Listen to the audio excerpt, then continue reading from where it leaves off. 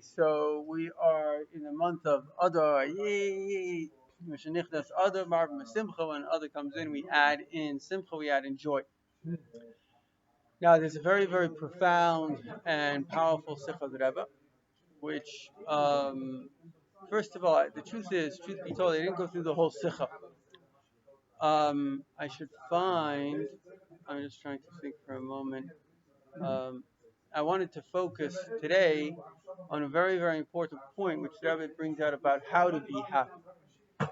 And that's quite a important concept, which is the whole world wants to be happy. But the question in life is, how do you actually become happy? And anybody that figures that one out, they're doing very, very well. And so the Rebbe says, at least for a Jew, maybe different people have different mentalities and different roles. He says for a Jew how to be happy, the best way to be happy. And he says as follows, that the primary thing, or maybe I'll just pull up the Sikha itself and then I can read you and translate as we go along, because I want to make sure I get it right. So, dazu hat man euch der Limud bepashtus von dem, was mishnichtas adam arb besimcha. So, first of all, the Rebbe said an amazing thing. I think I had mentioned it. That last week in Parshas Mishpatim, the Rebbe said that it's a pella, it's a wonder why we didn't actually get the message from above, which is very unique, because I don't think I've seen the Rebbe ever say such a thing, that the message didn't come to build the base of Mikdash. Why? Because the world now is in a situation. I have a friend, he's a very high soul. So he gave an example. He says it's like a space shuttle. He called it knuckle belting. The space shuttle, before it comes into Earth, there's like a ring of fire around, and it's like things are like heating up. But that's actually the sign that it's about to enter the atmosphere. And the same thing is going on in the world today. Things are kind of exploding. But that's actually the sign that a Mashiach is about to come. Because God is not into chaos, God is actually into order. And so the chaos is only ever there to create a greater type of order. So we're going from a universe which its order was an order based on it was an order based on human conception, if you want to call it that. And ironically, even religion, even true religion, even Judaism itself was still within the structure and the limitations of human conception. In fact, the Rebbe speaks about a very interesting concept, which is breaking spiritual boundaries. In other words, what is a boundary? A boundary is a limitation. What is a limitation? So a classic idea of a boundary is you have an elephant.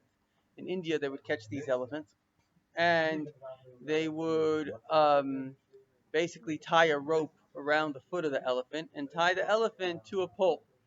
Now, this poor little elephant, he didn't know that he was actually free. Why? Because in the beginning, he would start walking, and as he would go, the rope would pull him, and that would actually create a pain on his leg.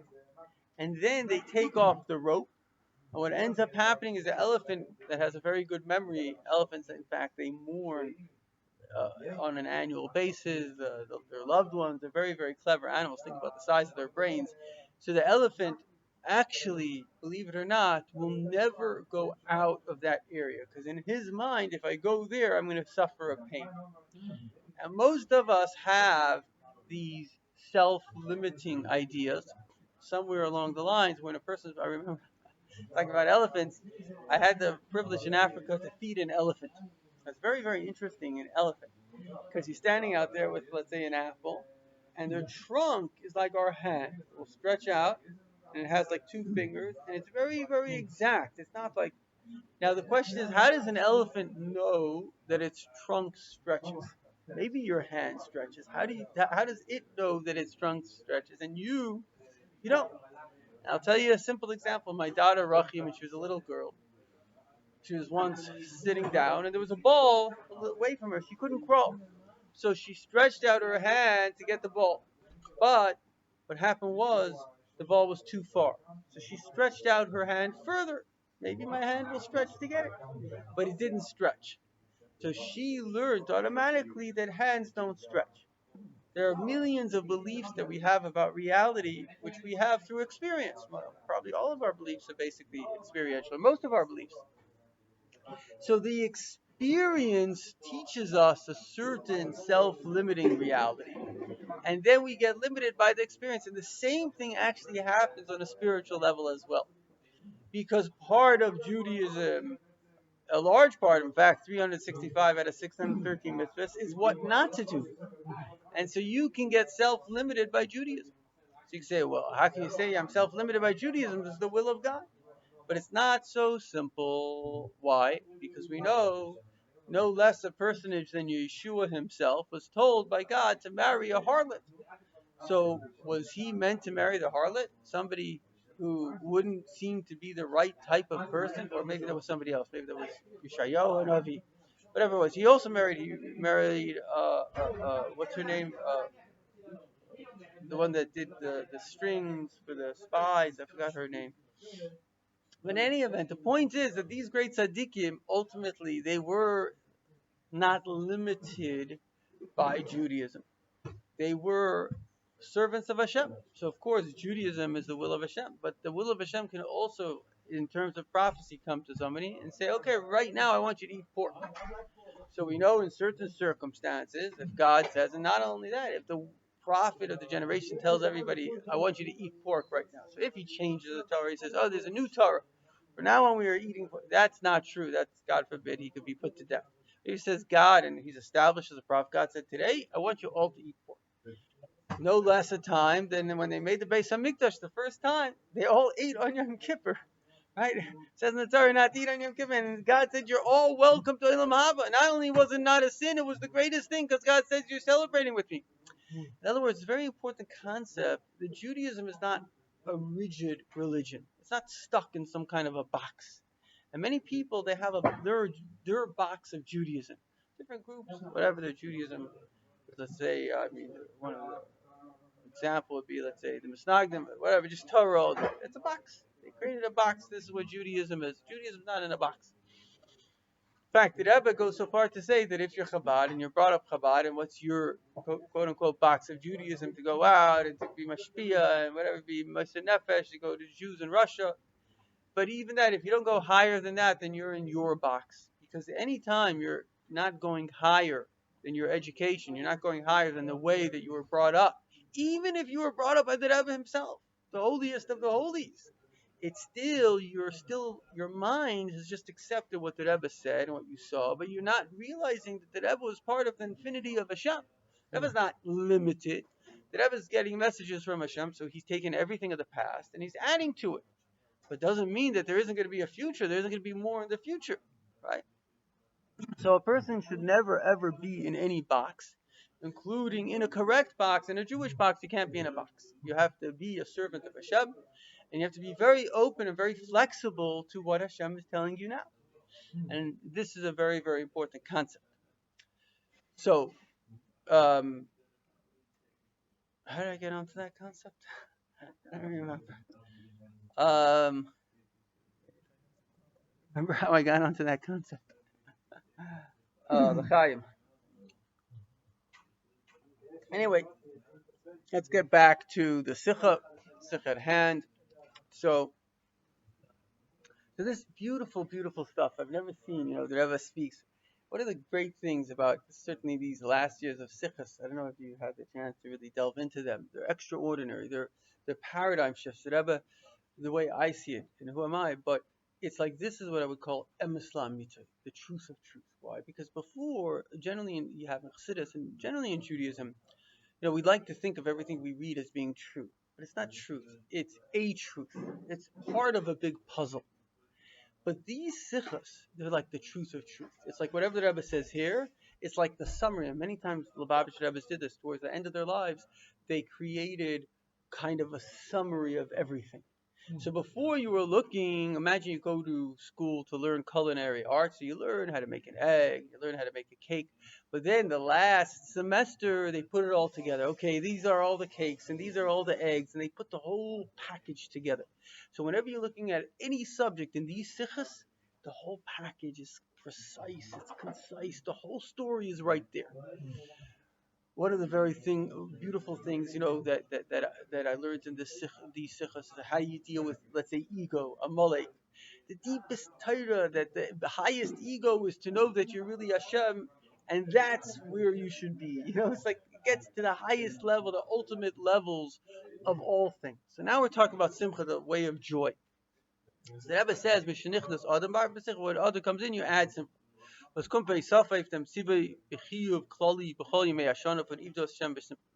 So in other words, and it's very appropriate that Baruch Hashem Hashkacha Pratis, I learned this yesterday, and we're learning it today because this is the beginning of Adar. The energy to do this, to accomplish this, is right in the ear right now. And we have the ability to succeed in this right now. So Hashem should bless each and every one of us. We know that Mashiach will come, particularly through Simcha. Just want to just hold on. So the story is that Ivdos Hashem B'Simcha, the idea of serving Hashem with joy. What was I saying just before I left? The idea of serving with joy is a basic idea of Judaism. It's very, very fundamental because it's very interesting because, this is like a psychological thing, but I think even in Orthodox Judaism, what occurs is a certain, imagine the Jews who left Egypt. So they're getting a mitzvah. Wow, a new mitzvah, Shabbos. So then what will always happen in any type of movement is you have a structure that develops. And it's not necessarily a bad thing because you need structure. But again, the structure is meant to be a stage in which people can express themselves. It's not meant to be a box in which people fit into. Hold on a second. Okay, so the story is that the box has to be a stage, right? A child that grows up, the child must have a box, because if there isn't a structure, if the parents don't put stuff on the table and don't have money and don't have a clean house or whatever, if the child doesn't have rules, people that don't bring up children with rules, like King Solomon said, if you spare the rod, you hate your child, because the child needs to know that there's structure, otherwise, because they don't have the ability to create structure. So structure is very, very important. But at the same time, if the structure becomes a prison, then you've actually imprisoned the child. And that's where things in life become very nuanced, because we have to understand that the structure, even the Jewish structure, is not a prison of the soul, it's an expression. It's there to help the soul grow, help the soul move forward. Very interesting, because there's a book written by, I think I might have mentioned it, Paul Johnson. He recently passed away. He was one of the greatest historians of our time. He wrote 80 books, and he wrote a book called History of the Jews. So the chief rabbi of England, Rabbi Jonathan Sachs, asked him, what did you find most compelling about the history of the Jews? And he said as follows, and he was like evangelical Christian, so he's positive. He said as follows. He has the ability to marry the individual and the community. Because most people or most groups, what they end up doing is limiting the community for the individual or the individual for the community. It's very, very hard to do both. But a proper parent manages to do both. Why? Because you care about the child. So on one hand, you want to give the child safety. On the other hand, you want to give the child the ability to grow and to express themselves.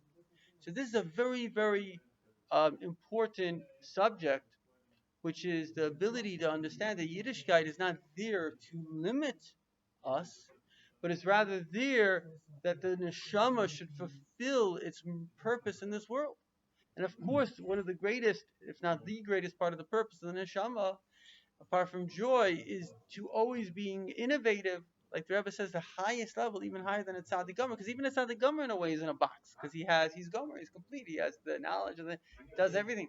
The idea to be yelchu mechayel ochoyel, to continuously grow, that's the highest level possible. So ironically, the person that's always growing is also always a little bit in the mess. You can't always grow unless things are a little bit messy. If everything's structured, if the box is complete. So this idea, and it's very interesting because in a way, one of the great, if you want to call it, innovations or expansions of the Western world is the idea of democracy, right? Now, one of the things democracy did is it created a certain freedom. On one hand, that came with a lot of liability, but on the other hand, it brought about this ultimate purpose of Hashem, that a person, because before democracy, and in a way democracy to a large extent came about because of this, but the Enlightenment certainly is that people felt stuck by the religion, because the religion was absolute, whether it was Judaism or Catholic, whatever it was, and that's it. This is right, this is wrong. In a certain sense, it makes a lot more sense to bring up people with right and wrong and the absolute, and you don't, the whole idea of you're free is a very bizarre notion if you think about it. Like, what do you mean you're free? What if the thing is wrong? So this teaches us that he's still there. Sorry to interrupt. How you doing? Yeah. Good to see you. Okay, so the story is that a person has to have a fundamental reality, but within the fundamental reality, there also has to be an infinite reality, and that's the greatest secret that exists.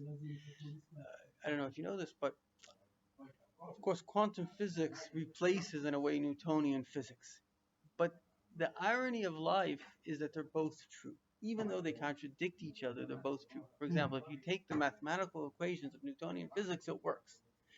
And you take the equations of quantum physics, it also works. And the two don't work together. It's like the couple that comes to the rabbi. They have an argument. So the rabbi says to the wife, "What do you say?" He says, "You're right." And then the guy, he says, "What do you say?" And he says, "You're right." So she says, "How can we both be right?" He says, "You're also right." In other words, there can be multiple realities that occur, and the realities actually contradict each other. Why? Because Hashem has a goal. It's like you can't say in art. I remember I was a kid and I was in the airport, and I saw an artist, and he painted, and he had different shadows, and he had the sun over here. So I said to him, "How come you have different shadows? The shadow goes here, the shadow goes there." I thought it was a chacham, there's one sun. He says, "Who says there's one sun?" Maybe there are many suns. In other words, you're looking at the world from the perspective of one. But who says there's one? Maybe there's infinity. Maybe there's two. Maybe there's two working together at the same time. Right? Imagine somebody that only understood, and this is a very funny thing. This is a real thing. You can ask a man, how many thoughts can you hold at one time? What would you say? How many thoughts can you consciously be thinking at once? Only one, right? But it turns out that women can think three thoughts at one time. And I know it's true because I once in my life had that experience. I was able to think three consciously. I was three times.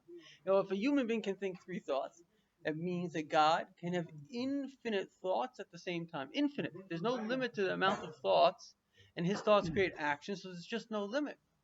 Look at your computer. It just has one brain, but look at what it can do at the same time. It's multitasking. So that means you can have one thing that can do infinite things. It's unbelievable when you think about it. Rebbe actually used the computer as an example for Hashem. Because we, by nature, cannot understand how one can be infinite. But here we see it clearly. If you had an infinite computer, it could do anything at the same time. So Hashem can do anything at the same time. So there could be multiple realities. They could be, so to say, contradictory, but they're not contradictory, they're complementary. It's like a person who walks in and sees somebody making a cake. Well, what are you putting in? Flour? You want flour? You want water? What do you mean? They're all together. They work. So somehow it doesn't have to make sense, because in art, it's about creating a creation. It doesn't matter how I get there. It's just like it's about the final product. So this is such a critical thing to understand, that Judaism is not a defined religion. Its definition, yes, there's a part of it that's defined, just like a human being. There's a part of you that has to be defined, but there's a part of you that has to be undefined. The part of you has to be growing every day, and part of you has to be using whatever growth you did for the past, right? Part of you has to learn every single day, let's say, how to eat healthier, but part of you has to be eating from what you learned yesterday. Part of you has to exercise your Torah study of yesterday, but also learn new things for today.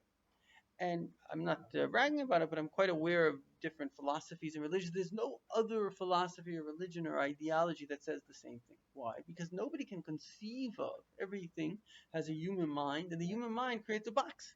They can't conceive of a box that is unlimited, a box that has infinite growth to it. It's just not possible to even imagine it, because the human mind can't imagine infinity. But yet that is reality. And you see this very, very clearly with the Rebbe. I know there's a story that the Tzemach Tzedek once said that the Baal Shem Tov took all the wisdom up to his time, maybe started with the Ari, and he expanded on it. And then you take the Alter Rebbe, and the Alter Rebbe expanded on the Baal Shem Tov. And then he was quiet, and the Hillel Parcha was in the audience, and Hillel Parcha said, and then the Tzemach Tzedek expanded on that. So I was with a friend of mine, it's very, very big going, of Noam Wagner, and I said, and what did the Rebbe expand? What was the Rebbe's thing? He said the Rebbe was Atzmos. If you look at the Rebbe was very much into Atzmos. So what is Atzmos? Atzmos is the essence of Hashem that has no limitation. Right? The Rebbe demanded things of us that in previous generations were never demanded. Say, us? You sure you got the right generation? But the Rebbe understood that we're standing on the shoulders of all of those people, that all of their Torah, all of their accomplishments, the Rebbe said clearly that today we can be tzaddikim. It says clearly in Tanya you can't be a tzaddik. The Rebbe says, no, you can't be a tzaddik. The Rebbe speaks about a level, which is even higher than a tzaddik. So the Rebbe is telling us things of such extraordinary abilities that you would never imagine you have those abilities. Because the Rebbe sees you in your infinite potential, which is that you are not limited. You think you're limited, but you're not limited. We spoke about this the other day. Hashem spoke to Avram Avinu, Lech Lecha. In other words, what was the first message of Hashem to a Jew? Is that as long as you follow me, you will always grow. Right? If you just follow yourself, you'll be stuck in yourself. But if you follow me, you'll always get out, not in a negative way out of yourself, but higher than yourself. You'll get higher and higher every single day. And that's what it says. He was continuously ascending. You see this very clearly with the Rebbe, that the Rebbe was not stuck in any way, shape, or form. He was always going forward, always innovative, always more, not ignoring the past, but building on the past and always creating a better future. That, of course, is a secret of life itself, because what is the whole purpose of man? To make a better future, to make it better and better and better. Now, the problem with a lot of the crazy ideologies, that always secular ideology always does the same thing, is it's actually just destructive. It doesn't realize that it's based on anarchy and perversion. And so what they really do is they try to destroy the structure of the past, and they end up imploding. And all of human history shows this, that that's what they end up doing. And it seems like they're working very hard at that right now in the West. But be that as it may, what is the Jewish way of thinking? It's very interesting because it's different. Because most societies will have one of three ways. Either there's an anarchy, like let everyone do what they want, and then it's just these predilections and human whatever, whether it's for drugs or perversion, whatever, start to disintegrate the society. Or you can build a society. We're going to perpetuate the past, but it doesn't really leave room for innovation of the future. Or you have a merger of the two. You take the best of the past, and this is very interesting because if you look at Yidden, was the only religion that was able to be dispersed and succeed. Because a religion itself is so valuable that it can work anywhere. But ultimately it reaches the messianic state where each person has the structure, and even the physical world. I think Hashem, many of us may not realize that the physical world, I saw this letter from the Rebbe, very interesting thing. He said the physical world is a parallel of the spiritual world. If physically things are getting quicker, because spiritually they're getting quicker. So we're living in a day and age in which the rate of innovation is extraordinary. We don't even know what's coming. The rate of innovation right now, they have, literally you can go on, use it right now, ChatGPT, where you've got an AI robot with a pretty good brain working right for you. It can write you a poem, and most of it's pretty accurate. Not all of it, but a lot of it. So in other words, we're working in a time of literally infinite growth. Anybody that has any rationality will say that there's no limit to what innovation could do. It's just the imagination. The imagination can come up with another thing. So if you actually look at reality in that way, we're living in physically in an infinite growth paradigm, which never happened in human history because it was like, I don't know, when the wheel came out and then when this and. But I mean, we're old enough to remember the innovations, right? We remember the beeper, the fax machine, and the microwave, and the computer, and the cell phone. But a kid that's born today is born into a world where there's no such thing as technology. It's just another app. Technology is taken for granted. The fact that it's just now. Does he think that there's a limitation on the apps that are going to come out? Already, there's more apps than you'll ever be able to use in your entire lifetime. Right? There was a guy, I remember who it was, but he wrote a book. He was very proud of himself. He was a very brilliant man. 3 books, it was like each book this size, all of science. He said, that's it. We got all of science right here in 3 books. Okay, that was like 100 years ago or something. Very bright guy. He knew the whole thing. Today, in every field of science, you could probably write 1,000 books and you still know that there's more to know. So we've reached the time of infinity. And the main infinity, of course, because in the end of the day, no matter how technologically advanced you are, you can only eat 3 meals a day. You only need 8 hours of sleep. More in a finite world, it not only does it get boring, it gets to be a negative, right? Too much of the physical becomes a burden. It doesn't become an opportunity. And so spiritually, of course, it's the opposite way around. That we can always spiritually have more. We can always grow more. And this kind of a world is infinite. And this is the real world that is about. I saw yesterday, very interesting, Rabbi Pinto. He's a big rabbi in, where is he? What's his name? Rabbi Pinto. I think he's in Morocco. He's a rabbi. He says that we're in the week that Mashiach is going to come. The week. Why? Because he says the month of Adar is the month of transformation. This is such an important thing to understand. Transformation is the key word of what Hashem did in this world. In other words, he made us into finite beings, and he wants us to transform into not an infinite being where you lose the structure of reality, but where you use the structure of reality in an infinite way. So you take all the benefit of the past, and this is when Hashem made man. What did he do? It's an amazing thing when you think about it psychologically. He put him in a beautiful garden. What did he do? He says, make it better. Protect it and make it better. And that's where good thinking comes from. Not that we're throwing out all of the past. That's the secular thing. We're throwing it all out because really it's self-destructive. No. We're taking the past that is good. We're embracing it, both physical and spiritual. And we're building on that as well. And not only that, each and every one of us, it says when Mashiach comes, nobody will teach one another, they will all know me. Each and every one of us is going to be a source of Yiddishkeit for the whole world. It's going to be a source of Torah for the world. So not only are you building on the past, you're becoming the very source of Kedusha, of holiness in this world. And Hashem being infinite, each one of us has a space, each one of us has a place, everything. And I know somebody that I told you had a near-death experience, very powerful experience, and she saw the world as it is when Mashiach will be here. Very few people, I don't know anybody that really saw that. I once had a dream of when Mashiach came. It was very nice. And it was like I was like in a cafe in Jerusalem, and there was like a bucket, and in the bucket there was like pixie dust. There was like a crane, and the bucket turned over, and there was, I think I told you this, then there was like a smell that came into the world. It's very rare that you have a smell in the dream. And I smelled, and the only time I had the perfect example of that smell is the almond blossom. Almond blossom is a very fruity, a very beautiful smell. It was like that smell. It says the Garden of Eden had a beautiful scent. It was like it's gonna, who knows? Like we know with right here in Tveria that there was a rumor that Mashiach came, so he went out of his room, Nachum Mendel of Vitebsk, and he smelled the air, and he says, "No, Mashiach isn't here." They said, "Why did he have to go out?" Because in his room, Mashiach already was there. Somebody that I know right here in Tzfas, there was a tzaddik that came to Tzfas. He said that he smelled Gan Eden when the tzaddik was there. So people have spiritual senses. I don't have that kind of smell. Actually, it's funny that now that I'm saying it, I had another funny dream, but it was like already kind of in the times of Mashiach, and there were people walking in a zoo, and they were talking with the animals. So when Mashiach comes, everything's gonna start talking. It was like interesting. It's like like the llamas and the people were having nice conversations together. Basically, the animals were very happy, very excited, because everything gets elevated when Mashiach comes, right? It says that the Misnagid will get to the level of a Chassid, Chassid will get to the level of a Rebbe, And a Gentile will get to the level of Misnagin, Acham Vei to the Aliyah of the Misnagin, to the Goy. So in other words, everybody gets higher. So the vegetation will probably get to the level of an ant, whatever, I don't know exactly, but we know that this is really what this lady saw, that everything will be resonating with its purpose. In other words, the only issue, and this is kind of an insight that I had last night, it's a very simple insight, but sometimes the penny drops, like you chop it.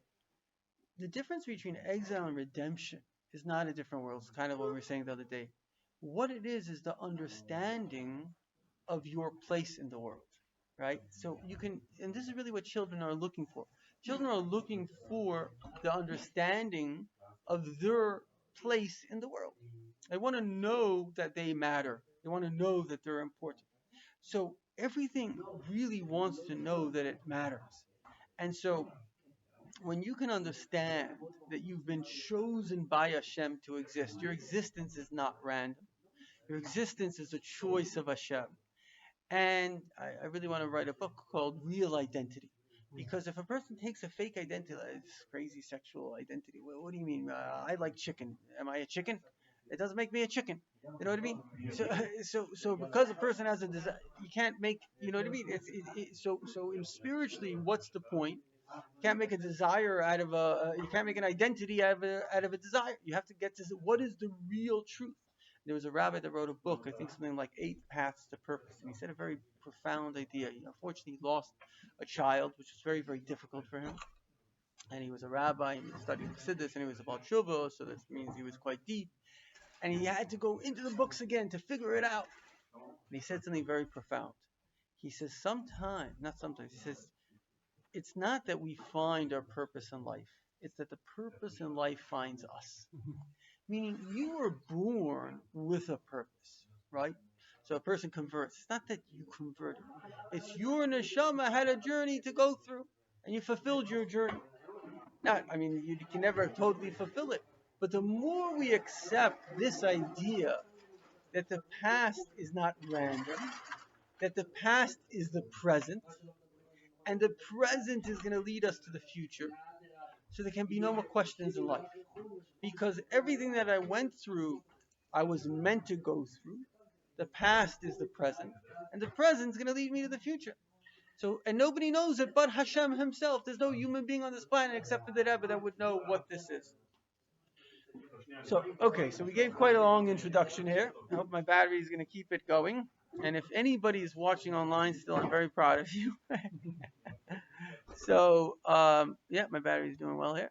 But the main thing I wanted to focus on, maybe we'll go to the bris soon as well, but is this, what the Rebbe says here is how to be happy. And this is our mission now, the month of Adar, literally to be happy. And I have to say, I'm not a big scholar, but I've never seen the Rebbe say these words, which is, the Rebbe says, do everything in your power to be happy. He's not telling you learn Chassidus to be happy. He's not telling you give tzedakah to be happy. He says do everything, obviously in a kosher way, to be happy. He's saying the mitzvah is make yourself happy. That's the mitzvah. Now later he goes into details of ways of doing it. But the point is the main objective now in the month of Adar is make yourself happy, and every day make yourself happier than you were yesterday. So instead of reading and translating, I think I'm just going to translate as I read, and hopefully it will be of meaning and value. So we have also the learning that it says Mishenichnas Adar Marb Simcha. When Adar comes in, we add in Simcha. The Rebbe says this is in addition to the general rule that Ivdu es Hashem b'Simcha, where Yidden, a Jew, is meant to serve God in joy, right? And it says Avad Hashem b'Simcha v'tud lo yilvav, serve Hashem in joy amongst all the good. And this is actually a big problem in life, which is we say every day in davening, V'chasa Satan me'aleinu milfaneinu ma'achreinu. Remove the Satan. Now, what is the Satan? The Satan is a turd. Hashem made everything to go straight. By nature, this is one of the big points of Chassidus, by nature, a person wants to do the will of Hashem. Nobody wants to defy their own creator, what's so good. So what does the Satan do? The Satan has 2 ways of getting you off the straight. Number 1, he makes you worry about the past. And number 2, he holds out a carrot. And this carrot is like, look, the pleasure is over there. No, this isn't the pleasure. So you have to understand, no. We now have all of history, right? The past is whatever was a growth. It doesn't matter. And the future, we've all been through the secular world, we know it. It's all garbage, it's all nothing. The only thing that's truly valuable is Yiddishkeit and chassidus and goodness and kindness. These are the values. Nothing, we don't let any of these fake carrots get the horse off the path. So then it says Psaktin and Ramah. So the Rebbe is bringing three major things of Torah to always be happy. Toiv leiv mishtatovit. You always have to be happy. So this is a rule. Is there something you wanted to share? This is a rule that we always have to be happy. And in the month of Adar, we got to increase it. No matter how happy it is, let's do a happiness meditation. Close your eyes for a second. Take a deep breath. Hashem, thank you for making us happy. Make us all infinitely happier. And we will try to do everything we can to always be happy. Shem, thank you for making us happy. Please make us happier, and we will try to do everything we can to be even happier. Hashem, thank you for making us happy. Please help us to always be happy, and we will try to do everything we can to always be happy. Good. But sometimes I think it's a choice, It's a choice, because a lot of times we're thinking, I need to have that thing to be happy. No, not necessarily. Okay, so we're in the beginning of the month of Adar, and this month, it's 2 months of Adar. That year was Adar Rishon, Adar Sheni. So we know the beginning, and this is very significant because it's today. The beginning has a power to open up the gateway for what's coming in front of us, joy.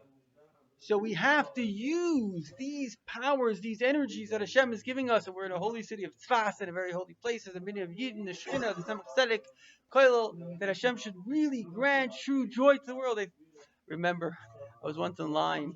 They asked you in the airport, did you pack your bags, and security questions. This was in Africa. Some of the kind of black ladies, they're very special people. It's not easy lives, and when people kind of move forward in life, they've really worked hard. And so I said to her, it's like sad that we have to ask these questions. So she said a beautiful thing to me. She said, yes, because if people loved themselves more, we wouldn't have these questions.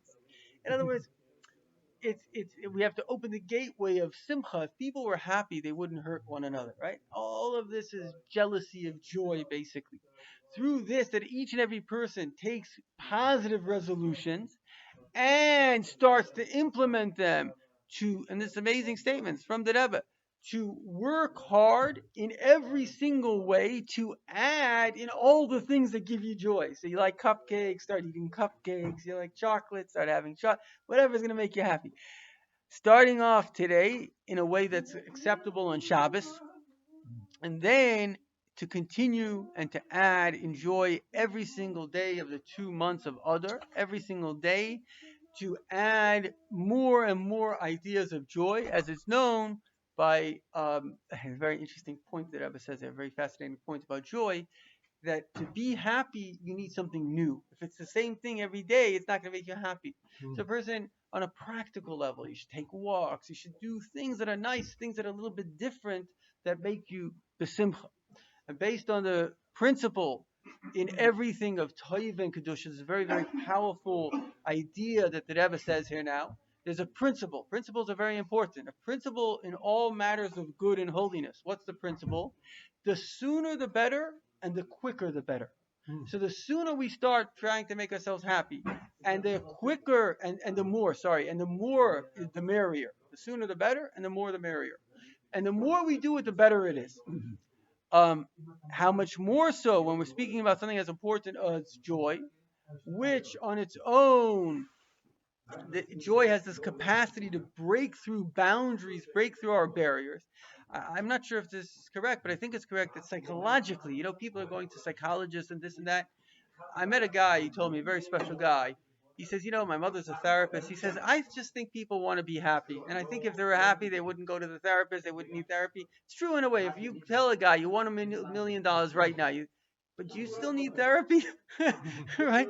So all this thing is because you're suffering from this. But if you were happy, because a lot of the things that are holding us back in the past are things that happened to us, and they made us upset, but we didn't get over it.